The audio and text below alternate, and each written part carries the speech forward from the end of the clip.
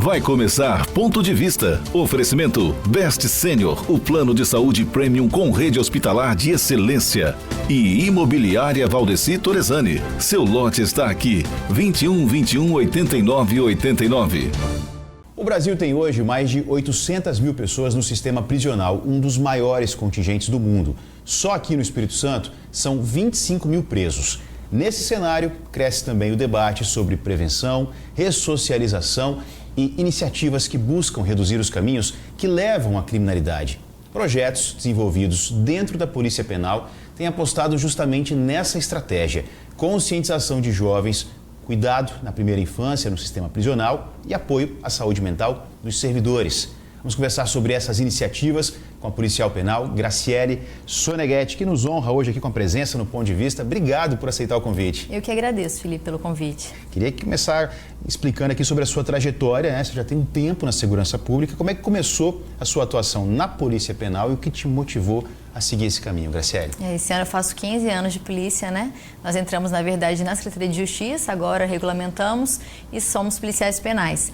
E desde que eu entrei, eu fui localizada na unidade feminina de Cariacica, no presídio feminino de Bubu. Cresci ali dentro, né? Fui chefe de segurança, diretora adjunta, depois eu me tornei diretora da unidade, podendo estruturar alguns projetos.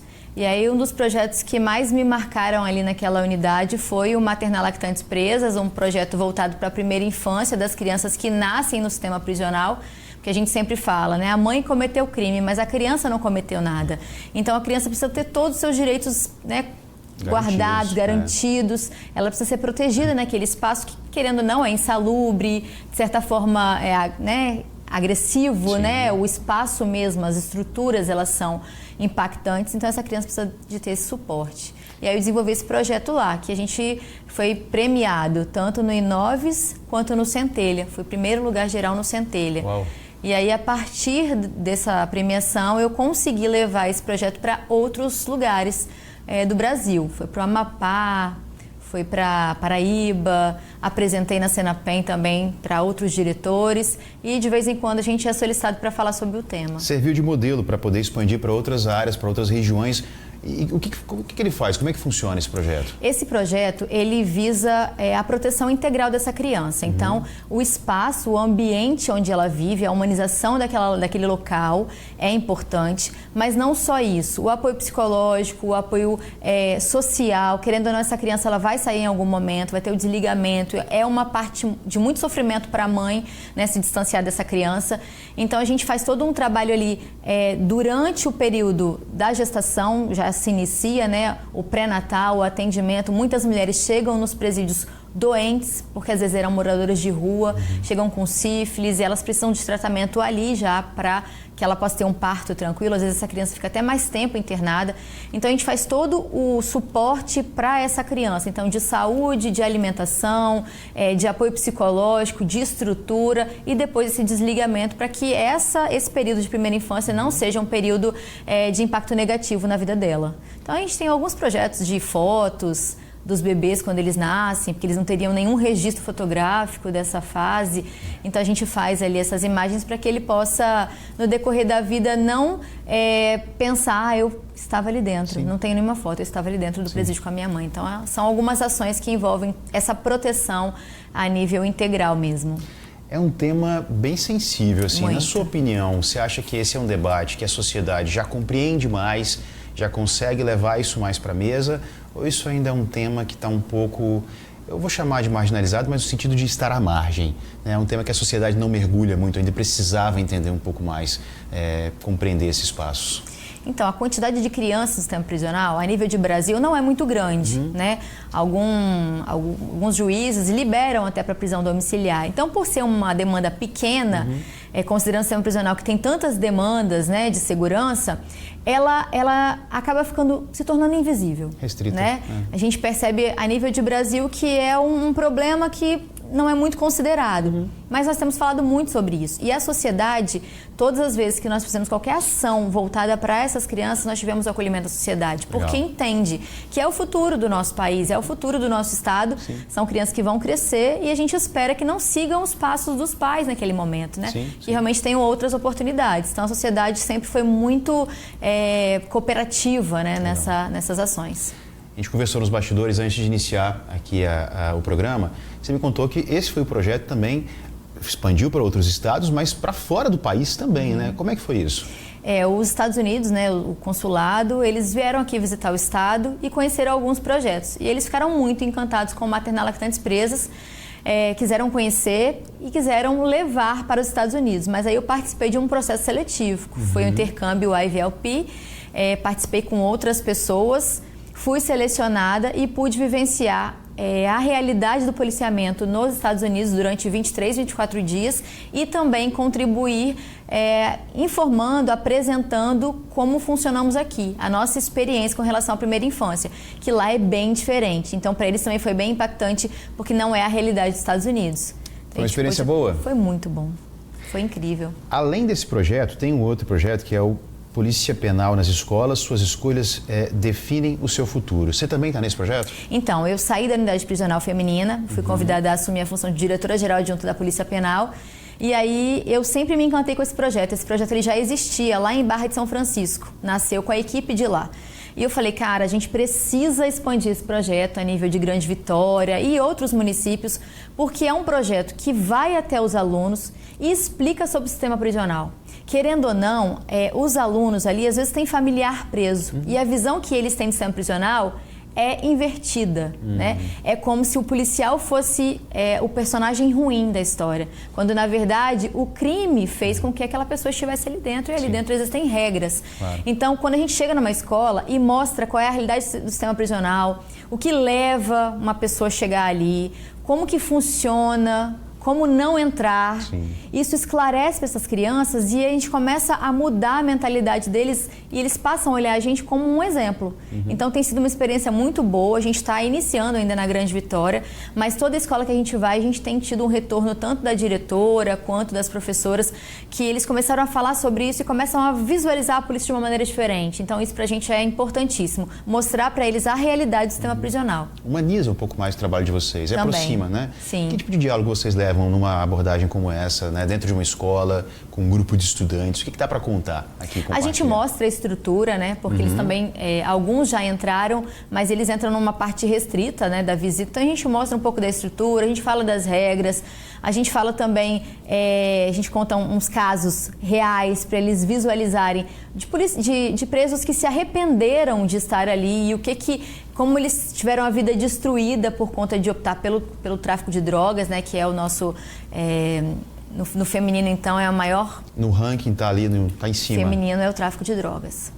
Então a gente fala sobre isso porque a gente encontra muitas meninas que às vezes socialmente tenha a vontade de se tornar mulher do traficante, de ser, né, de entrar nesse meio. A gente começa a mostrar para elas ali o que leva e quais são as consequências disso no sistema prisional. Na sua experiência, acabou de contar que o tráfico de drogas nesse ranking acaba liderando aí o número de ocorrências, não sei como dizer, mas que outros fatos acabam levando essas mulheres ao aprisionamento? Primeiro lugar, tráfico de drogas. Depois tem o furto, que está muito relacionado também ao tráfico, né? Temos também homicídios, mas é um número menor, no caso das mulheres, bem menor. E os roubos, né? Mas também está bem abaixo do furto e do tráfico. No feminino, mais furto e tráfico. Dentro da unidade prisional, agora a gente vai tentar aqui entender um pouco do universo do trabalho realizado por vocês, né? Dentro da unidade prisional, o que é o dia a dia, como é o dia a dia de um policial penal, como é essa relação com quem está ali, né, aprisionado, é uma relação que tem conflito, como é que funciona isso? Então, o Estado do Espírito Santo tem um sistema prisional bastante evoluído, né? Nós temos o controle do sistema prisional hoje. Os policiais penais, eles são muito profissionais, são muito bons profissionais. E no dia a dia, a gente mantém toda a segurança e as regras internas. Não vou dizer que conflitos não existam, porque a gente recebe muitos presos, às vezes, da rua com abstinência, e aí eles chegam alterados, então aí passa pelo médico, pela assistência, até eles entenderem que estão no sistema prisional. Mas os profissionais ali agem com toda a legalidade possível, e o ambiente, ele é um ambiente controlado.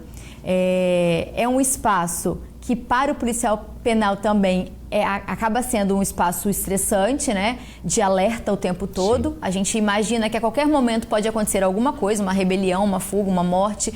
Então é um ambiente de tensão para o policial penal, por isso que a gente faz o trabalho também do psicossocial, né? Hoje com a DAPS, que é a Divisão de Atenção Psicossocial Policial Penal.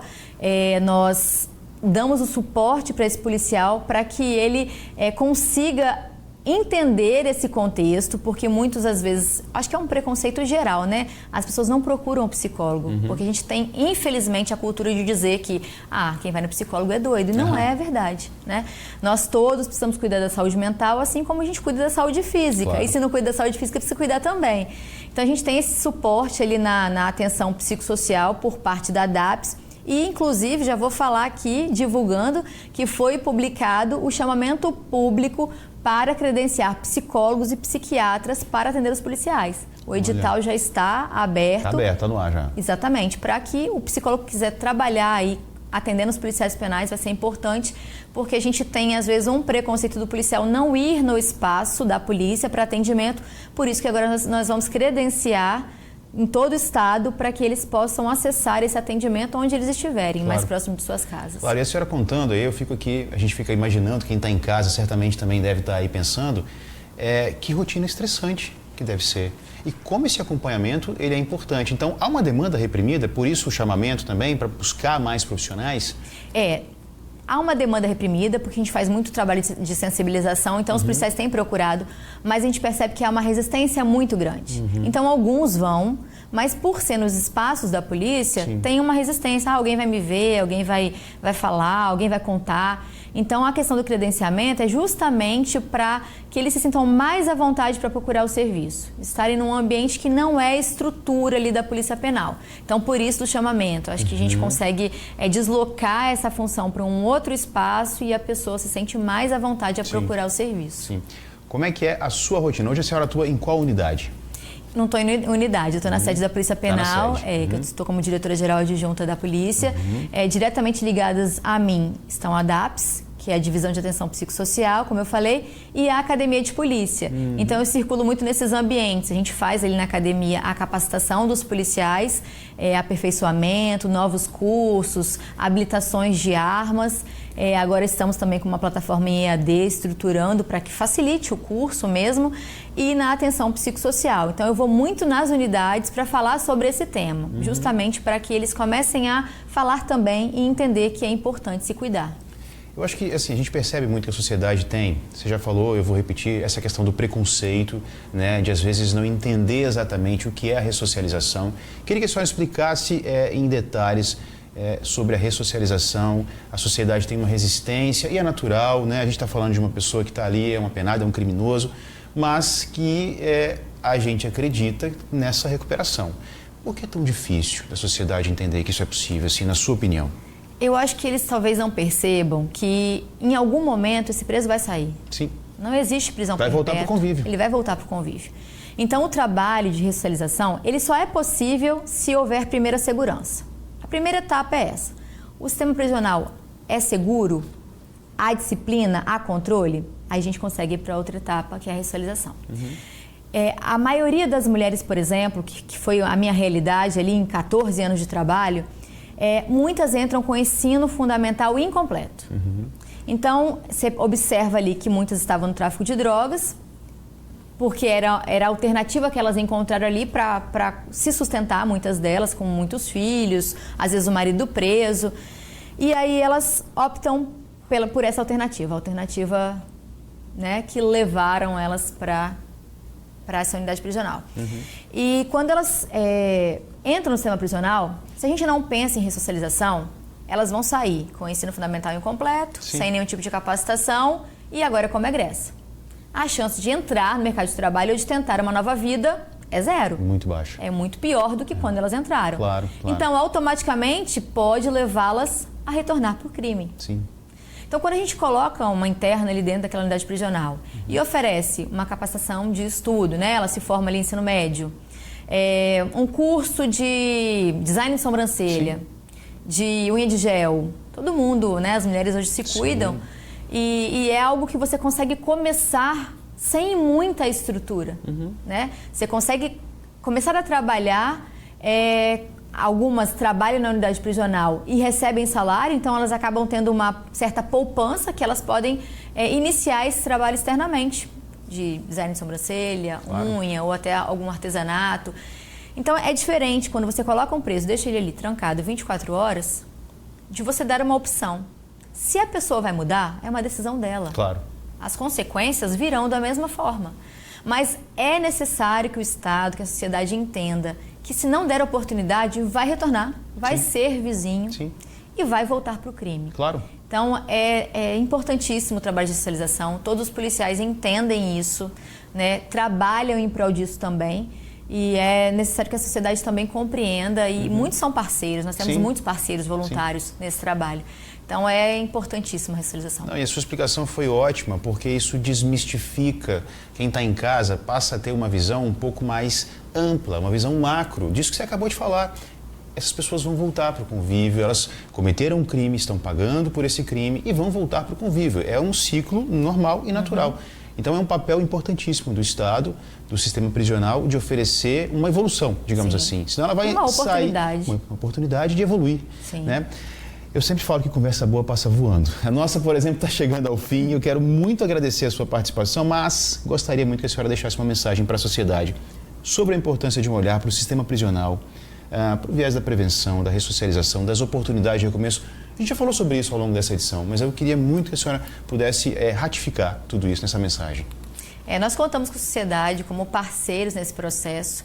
Nós temos muitas oportunidades para as empresas também, né, que querem acolher esses egressos ou até mesmo os presos que estão no semiaberto. Nós temos vários profissionais, várias empresas que acolhem para que eles possam recomeçar. Então, esse trabalho é em conjunto sistema prisional, polícia penal e sociedade, para que possamos aí evoluir enquanto, né, Estado, Espírito Santo, em oportunidades também para as pessoas que querem mudar. Talvez nem todos queiram, mas quem quer precisa de oportunidade. Precisa de oportunidade. Conversei com a policial penal Graciele Soneghetti. Muito obrigado por ter vindo aqui ao Ponto de Vista e volte mais vezes. Eu sei que história para contar tem muita, né? A gente gosta de falar, né? Volte mais vezes. Obrigada. Obrigado demais por ter vindo e você fique por aí. Ponto de Vista, volta já.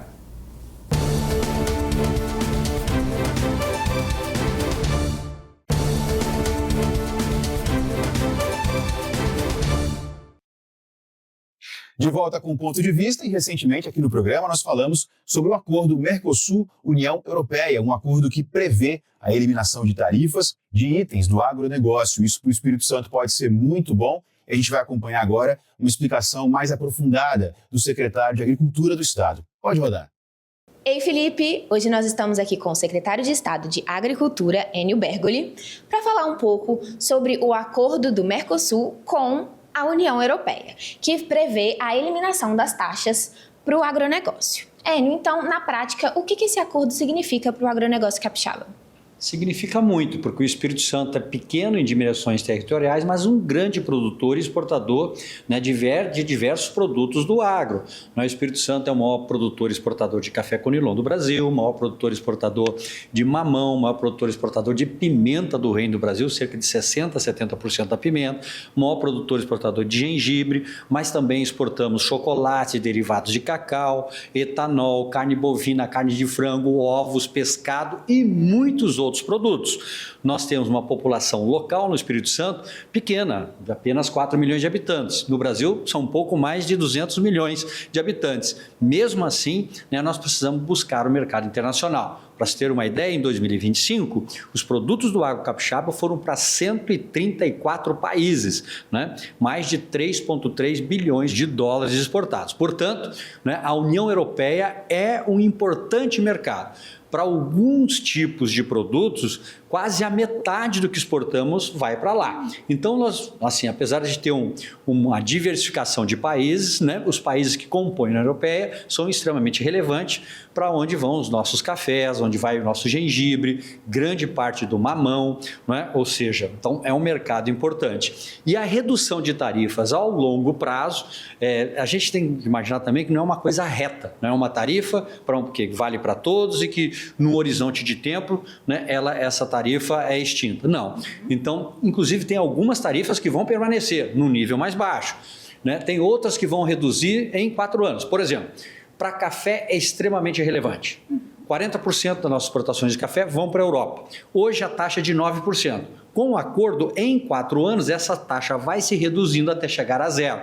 Portanto, nós vamos aumentar a nossa competitividade em 9%. O que às vezes significa a margem de lucro no negócio. É muito relevante.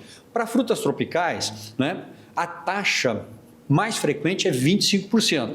Então, em 10 anos, mais do que 4 para o café, essa tarifa vai se reduzir a 0. Frutas que seriam mamão? Frutas tropicais, mamão, outras frutas como um todo, né? Existem outros produtos que têm cota, inclusive. Ovos é 0, é importante para a gente, né? Tem alguns que têm o seguinte, né? Ou seja, determinada quantidade vai com tarifa 0 e a partir do momento que o país exporta mais do que aquela quantidade, tem alguma taxa. Então, assim, é muito complexo. O importante é que é extremamente relevante reduzir as tarifas na União Europeia, ainda mais nesses cenários de loucura do Trump, presidente dos Estados Unidos, nesse vai e vem de taxas, em que nós até bem pouco tempo tínhamos 3 setores do agronegócio capixaba extremamente afetados. Pescado, né? Ovos e café solúvel. Café solúvel é muito importante para nós. O Espírito Santo é o maior produtor de café Conilon do Brasil. 3 a cada 4 sacas produzidas são aqui do Espírito Santo.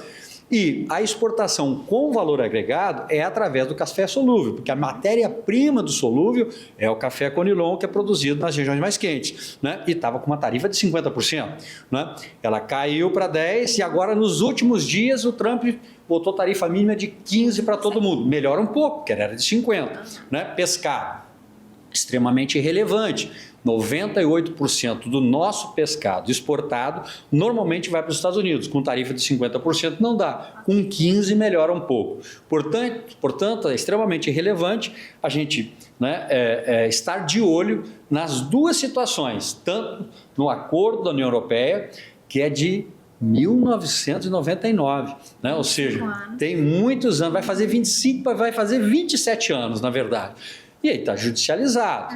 Hoje os países estão se movimentando, tanto do bloco do Mercosul quanto da Europa. A principal resistência lá na União Europeia é a França, né, por conta de uma proteção que eles querem dar aos produtores, porque em tese, né, não existe almoço grátis. A Europa quer colocar nos países aqui do hemisfério sul, né, no bloco do Mercosul, equipamentos, máquinas, né, aqueles produtos de origem altamente qualificada que eles têm também, queijos finos, né? Quem gosta de um queijo, né?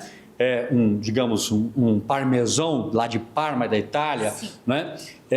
Vai ter um preço mais acessível aqui. Então, nem tudo é só boa notícia. Por exemplo, o nosso setor de laticínios vai ter que evoluir muito, porque agora nós vamos ter produtos lácteos de alta qualidade também aqui no mercado interno, vindo de fora. Então, assim, é um jogo de ganha-ganha. E num preço competitivo? E num preço mais competitivo. As pessoas vão poder comprar no supermercado. Vão poder comprar esses produtos. Tal. Agora, o acordo também prevê uma série de exigências, não é simplesmente cair tarifas, né? Os europeus são extremamente exigentes em sustentabilidade e rastreabilidade. Nós vamos ter que comprovar que os nossos produtos, né, ao chegarem na Europa, não provêm de área desmatada, que, por exemplo, tem uma rastreabilidade completa da cadeia produtiva. São desafios que devem ser construídos ao longo da assinatura desse acordo. Ok. E a gente estava falando um pouco sobre o acordo do Trump, né? Ele recentemente divulgou que as taxas vão ficar em 15% por enquanto, é o que ele disse. O que esse acordo ele pode influenciar também nessa parte da União Europeia e do Mercosul? Ele pode atrasar, ele pode adiantar essa assinatura que está prevista para julho? Olha, com essas movimentações dos Estados Unidos, nós consideramos extremamente relevante acelerar o da União Europeia, porque a gente precisa ter válvula de escape. Nós não podemos negar que melhorou um pouco a relação com os Estados Unidos, não é? Porque antes, né, de agosto do ano passado, nós tínhamos setores com 50%, né, setores do agro de tarifa. Né? Depois nós ficamos só com 3%, né, todos os demais com 10% e 3% com 50%, que realmente dificulta muito a comercialização, que é ovos, né, pescado e café solúvel. Agora, aqueles que estavam em 10% foram para 15%.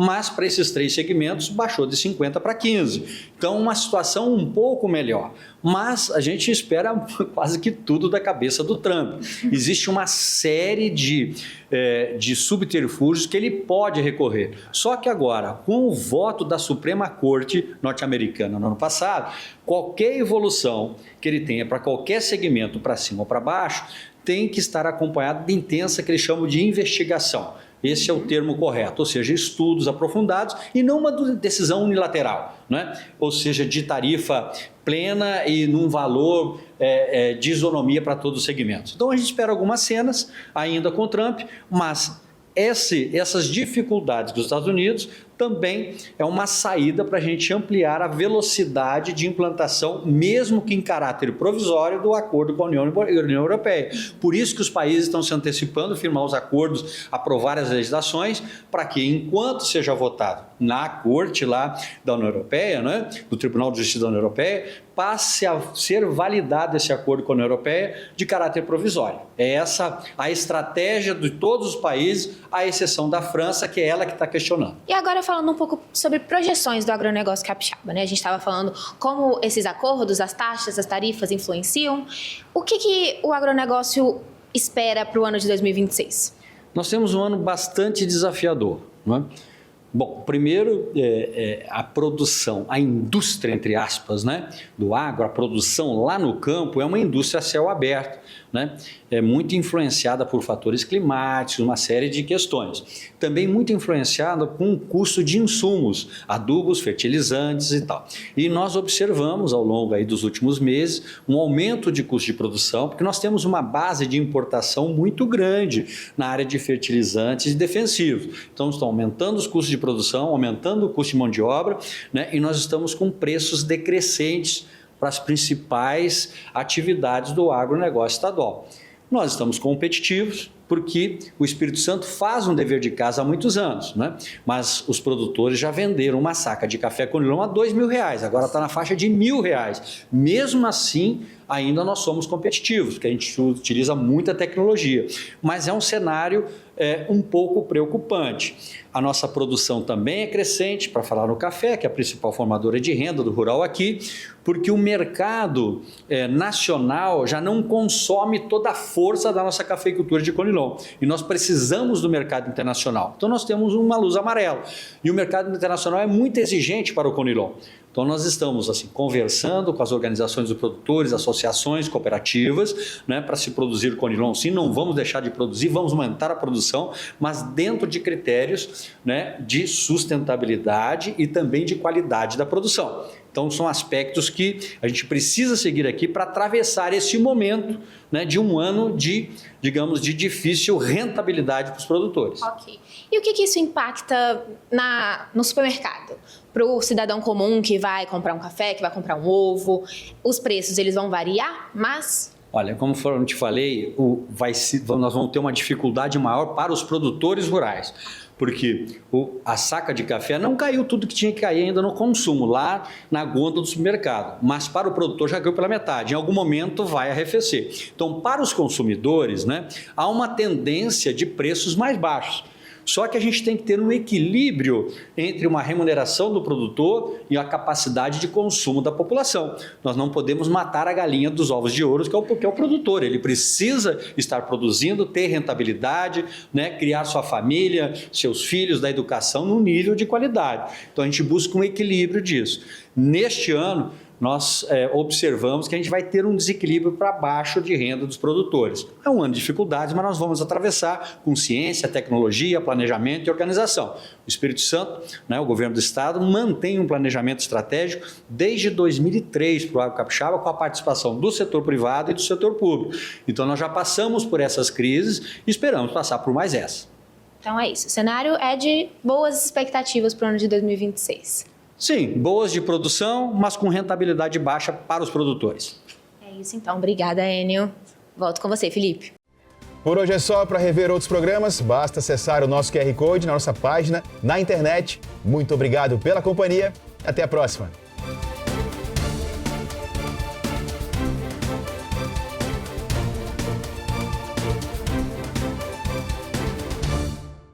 Você assistiu Ponto de Vista. Oferecimento Best Senior, o plano de saúde premium com rede hospitalar de excelência.